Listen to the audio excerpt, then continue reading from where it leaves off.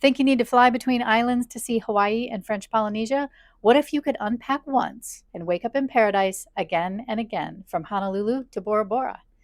Episode 1 is our first week floating around and visiting the Hawaiian Islands.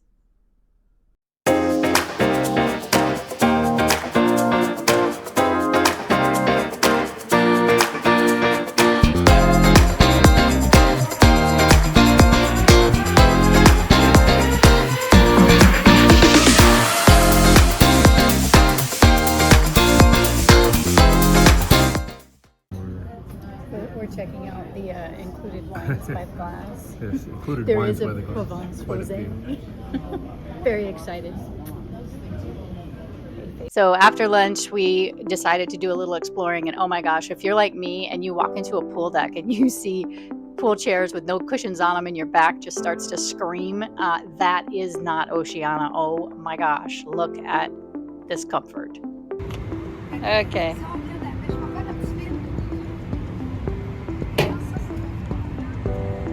No go.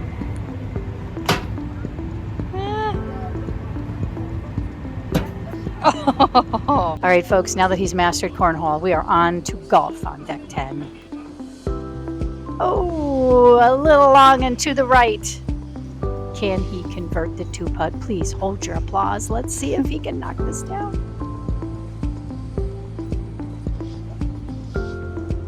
Never doubted you, dear. One of the biggest risks to being on a cruise with so many sea days is that you end up by the pool with a bunch of margaritas. And the good news is this ship has a great library. Yeah, I thought Holland America had a nice library, very contemporary, but this is old school charm. Lots of seating and honestly a boatload of books. Boatload. I see what you did there. Next up on deck 10 was the Horizons. The first thing I noticed was the self-service coffee. It's my job to get coffee in the morning, so this was nice. You are the beverage man. The bar up here is beautiful. This is where happy hours happen. I guess it's 5 to 6 p.m., 2-for-1 drinks, and they do another one later in the night. There's a stage here because they play music before dinner, and they also have some late night music that plays. One of the great things about this area is it's completely forward in the ship. So when you're going anywhere, it's just beautiful views. They also serve afternoon tea up here. Whoop, they just called our room is ready.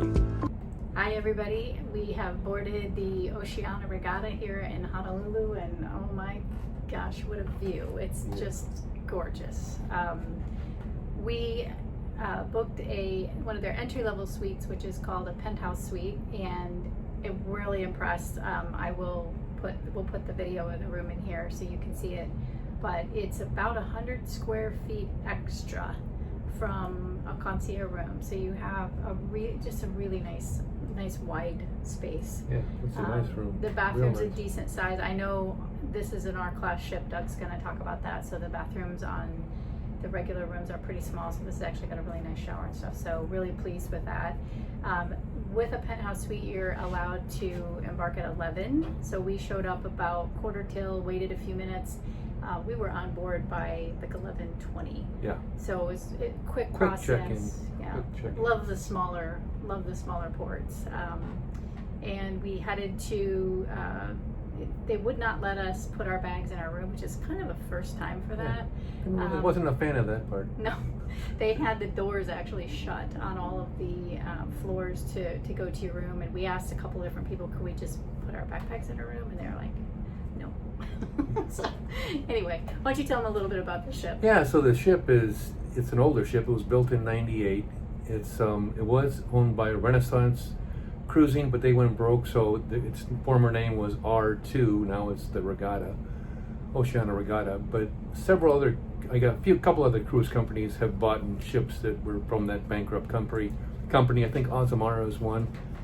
Anyway, it holds about 700 guests. There's 348 staterooms, and it was recently remodeled. Well, it was remodeled in I think 2019. So it looks like a pretty up to date, very elegant cruise ship, and we'll have some more video of the ship. But it's a beautiful ship. Yeah. Once we embarked, they really wanted everyone kind of funneled to the Terrace Cafe to have lunch.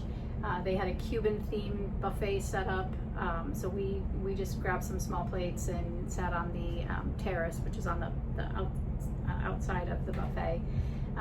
They had told us that penthouse rooms would be ready at 1 o'clock, and they were just about spot on. So, and our bags were already in the hallway. Yeah, they were in the hallway. So really efficient process. So we did do a little tour of the fitness center, actually a pretty extensive tour of the fitness center, but we'll do a whole separate video for that because not everybody's interested in that. And we want to experience a couple of the classes that they have first before we spend a deep dive on that. I had 2 more things to share, if that's okay. Yeah, go ahead. One of the things that we'll put this kind of up here on the screen that is unique that we've seen anyway is they actually give you a specific order form for afternoon canapes, which come with a couple different room types on the ship, and it was there's a ton of savory options, which was really nice, including like a California roll and some. It was just again, it's up here.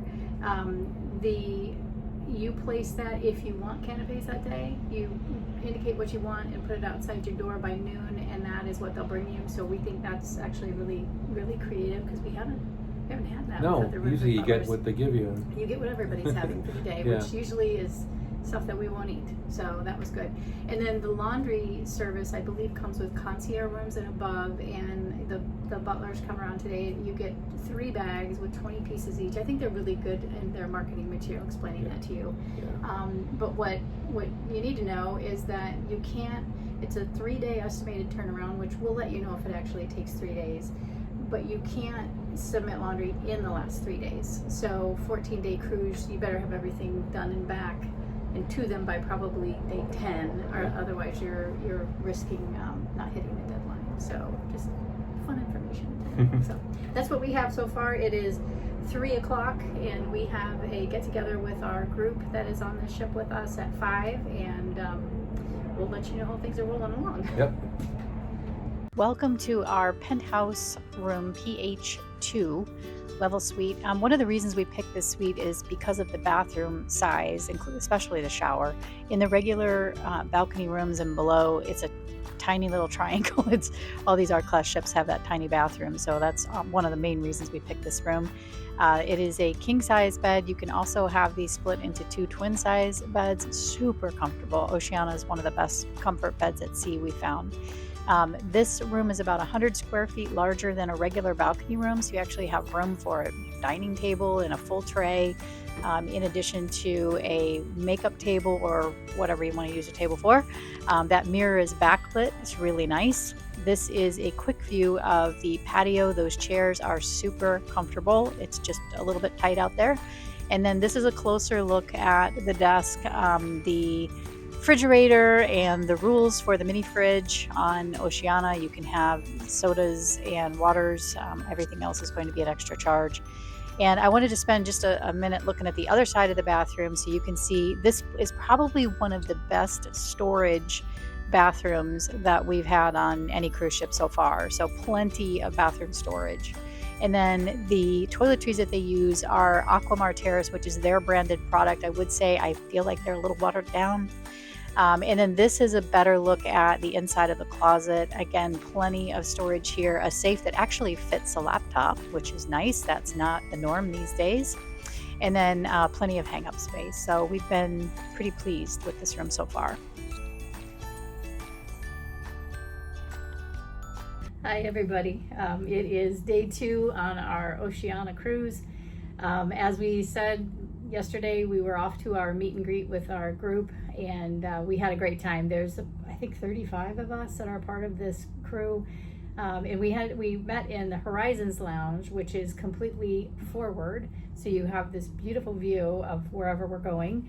And it was during happy hour, so the place was already pretty busy. So for happy hour on Oceania is twice a day. It is from 5 to 6 p.m. up at the Horizons Lounge or their Martinis bar, where it's 2 for 1, but you got to buy 2 of the same drink. So hopefully you both like the same thing. or you're all getting full. Or maybe you're switching off. I don't know. And then they do it a second time from 10:15 to 11:15 p.m., but only in the Horizons because I think Martini's bar's been busy by that point.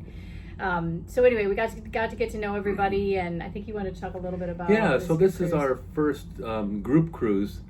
This cruise we actually picked out before we even knew that our travel agent Curtis had a group cruise for this. We sent it to him, said, "Can you price this out for it?" And he's like, "Well, that's my upcoming group cruise." So we're like, "Oh, okay, well, cool." So it turned out that we got quite a few perks by being part of the group for the same price as we were going to pay. So basically we got the prestige drink package, which is pretty much anything on the menu except for really high-end stuff. We got a lot of shore excursion credit, and we also got gratuities paid, and we got Wi-Fi for 2 devices, all included. Basic Wi-Fi, to be clear. Yeah. That allows you to get mail and stuff, but not necessarily. There's an uplift of streaming, which they offered to us, $15 a day per person, which you were allowed to just do one person. Yeah, so I mean, I think it was pretty close to the same price as we were gonna. Well, we normally buy these kind of things too, but it was a really nice perk add-on for our group cruise, and we met a lot of the people last night, and we ended up having dinner with some of them, and it was. We did. So we went to the main dining room. Opens at 6:30, so there was people invited us to have dinner with them. I ended up choosing the shrimp cocktail, and it was, if a shrimp cocktail goes, it was fine. Beef consomme, just because I had eaten a bunch of just steak bad stuff, just not good stuff, so I needed something calm. And then they had a grilled blue marlin with the tamarind sauce. I'll put a picture of that one up here. It was fantastic. Yeah, and I started with the lobster bisque, which was good, and for my entree I had the ossobuco, which was excellent. I really enjoyed the ossobuco. I will say that, and this has been pretty common in our experience for first night on any ship, it took almost 2 hours, and there's just 4 of us at the table. Long lag times between stuff, but usually, they've swapped out some staff, and it takes a little bit of time till they get to rhythm, but we'll probably not go to the dining room tonight, make it a little quicker dinner, and then ease into it over time as they get things sped up a little bit, because it did take a while. But the main courses were outstanding. Yes. I do have to say they lived up to Oceania's reputation. Yes, and that's what they're known for is the food. So then room service this morning, we actually opted for room service since we were going on a excursion that started right at 9 after we docked at 8 in Kauai. We were going to the Allerton and McBride. It's a National Botanical Center, which may not sound all that exciting, but it is where they have filmed portions of Jurassic Park, was a honeymoon in Vegas. There's a whole, the waterfall we went to is where Elvis filmed Blue Hawaii. It's just a really interesting experience. And the story behind the park, we'll share all of that with you in more in-depth video kind of when we get done with this here, because it ended up being a really nice day. I was a little skeptical about going to I'm not big on gardens. Botanical gardens. But anyway, it was good. Okay, so first morning on the ship, we have an excursion, so we decided to have breakfast in the room. The Willy Willy? Kauai. Is that how you pronounce it? Yes. Okay. Kauai. Yeah. Look at that beautiful breakfast. Miles over that mountain, right between that little saddle there. That's on the south side of the island. But I can't get this bus over the mountain. I gotta drive around it. So it's gonna take about 25 minutes to drive. All right, here we are at the Spouting Horn. And yes, it does spout. Well, it's kind of Very breezy windy. though. Very windy. Very windy. There's a lot of chickens around too, so we're only here for about 10 minutes.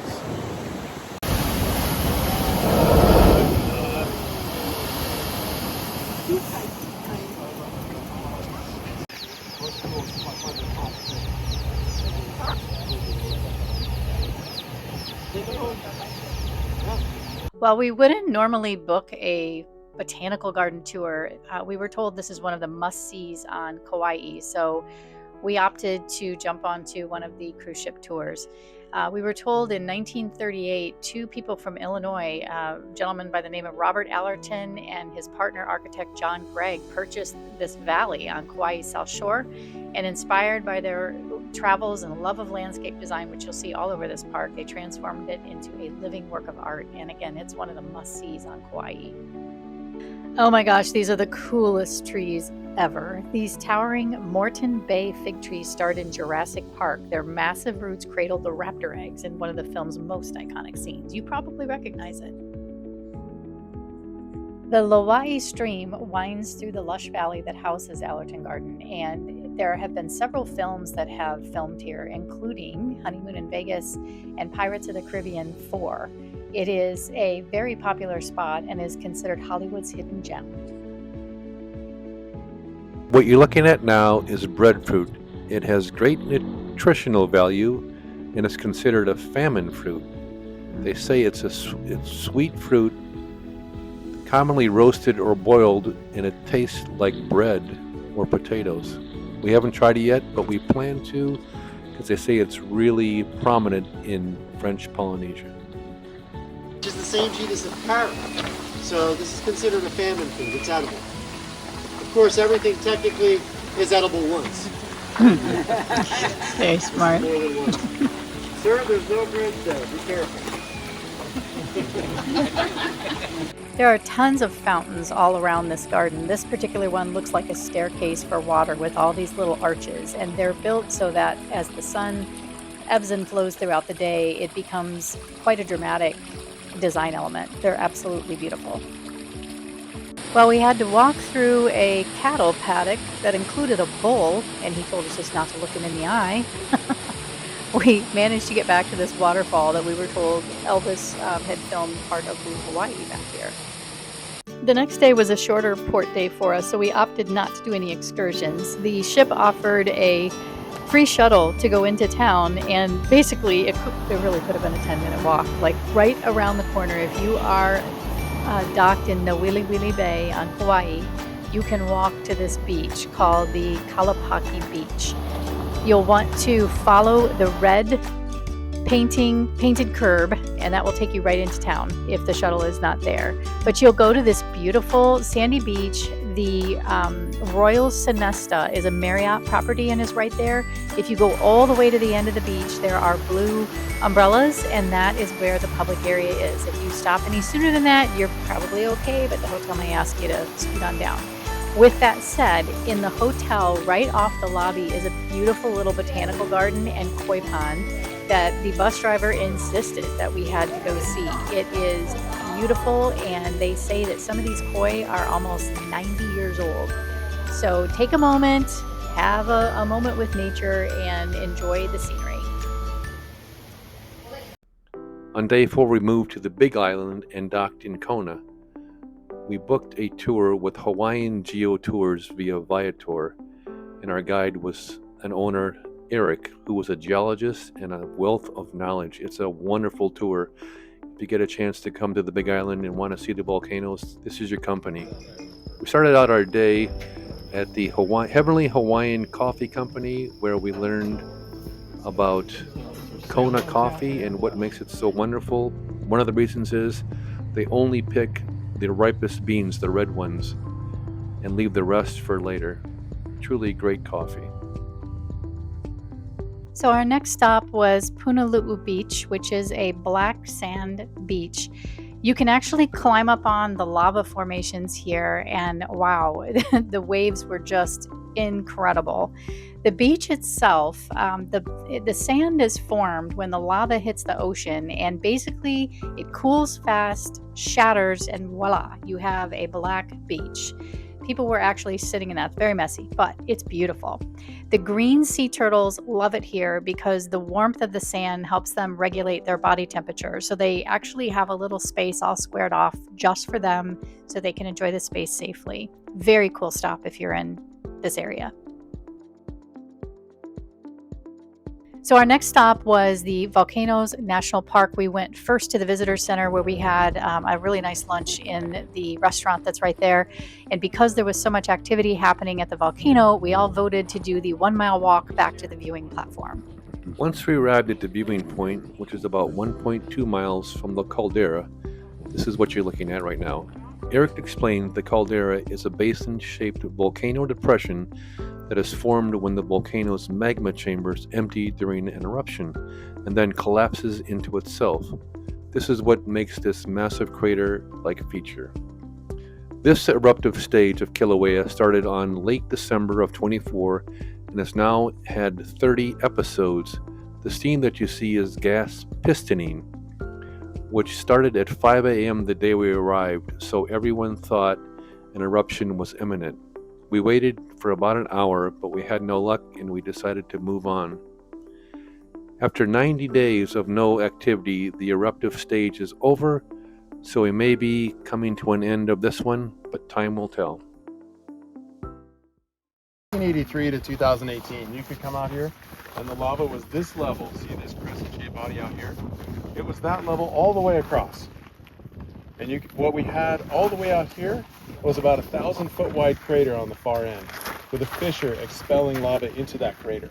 And that crater that fissure would be on and off and flowing into that crater. And we had a museum that's now been torn down way over here called the Jagger Museum. And you would go to the museum and you would look down into the crater and see lava flowing into the crater. And it'd be various heights, levels of lava inside that crater within this caldera. Then in 2018, that magma chamber filled up so much that it ended up melting out a lot of this body of rock that you saw here. And when all that magma then receded, this whole thing collapsed 1,500 feet down. Wow. Right? Now, that was all in June and July of 2018. This park actually closed for 100 days, which is extremely rare. This park, by the way, is open 24/7. You can come here at 3 in the afternoon, you can come here at 3 in the morning. No matter what. Some of those pictures I showed you at night were 1, 2, 3 in the morning that I was here. So you can come here anytime. Now, after that collapse, we actually had a long pause of no eruption from September of 2018 all the way until December 20th of 2020. We had no lava. Our last stop of the day was Rainbow Falls. It's about 80 feet high, and it gets its name because when the sun hits it just right, it can create several different rainbows. After this, we headed back to the ship. It had about a 2-hour drive, but we learned a lot more about volcano flow on the way back. All right, everybody, so that tees up our almost first week on board, but all of our Hawaii piece of this trip. Favorite part? Favorite part for me was definitely Volcanoes National Park. That was awesome.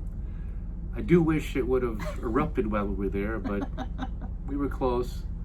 But yeah, no, that was cool park. To be that close, I mean, Yeah, to get to as be- close as they're gonna let you get was pretty cool. Yeah, and all of the different, like the Black Rock Beach. I mean, just the places that we got to see on the islands. Like we felt like the Jurassic Park trees. I mean, it's really the cruising. I just have to say, cruising is a great way to see Hawaii.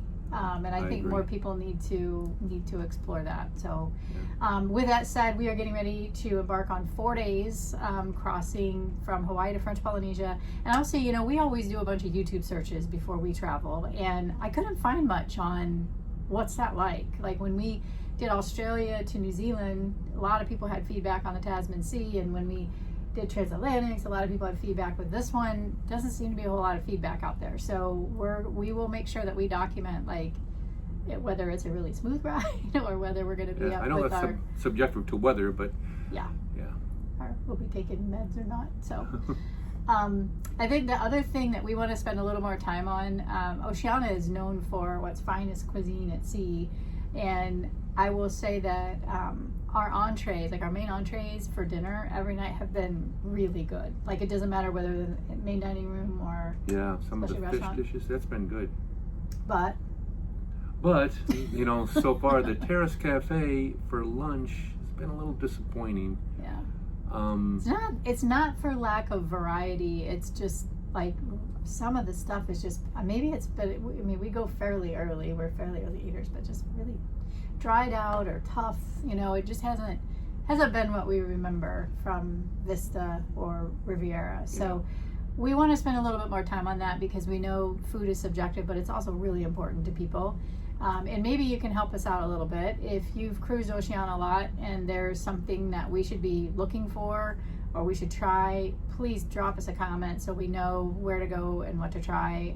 Most of the lunches have been themed, which is fine, but it's just like, I don't know, we're struggling to find lunch in particular. We're just kind of Wedge struggling. grill is good. Yeah, well, Except for your I don't know. I got a club sandwich Micro yesterday that sandwich, had yeah. pretty much paper thin deli. I'll have to show you a picture. I'll show you a picture of that one in the next one. So anyway, we'll spend some time on that. Yeah, so, and also if there's anything you want to see when we get to French Polynesia, please make a comment in this one and we'll try and cover that for you. And as always, you know, we sure appreciate you watching, and please, you know, like and subscribe.